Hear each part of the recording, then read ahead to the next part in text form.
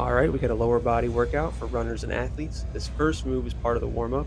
I like this move because it not only fires up your hip flexors and glutes, it also works on your balance and stability. From there, we're going to jump into some sled pulls. If you don't have access to a sled, send me a message and I'll give you some alternatives. After that, I did some single leg reverse slider curls. My weight is primarily on my heel, which makes this move a little bit more glute focused, but you could also make this more quad focused by pushing your knee a little further out past your toe. Next up was star planks. These are great for your hips and way harder than they look.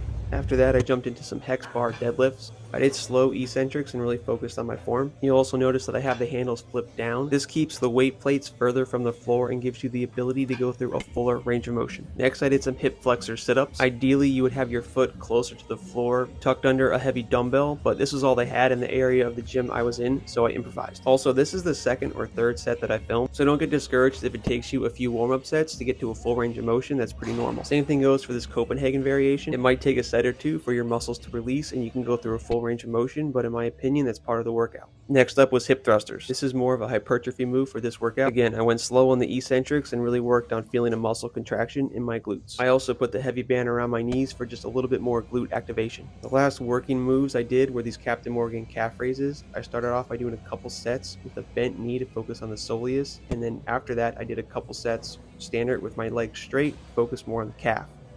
And finally, I like to end every workout with at least some mobility. This day I only had time for one. I did some yogi squat to hamstring stretch, and that was it.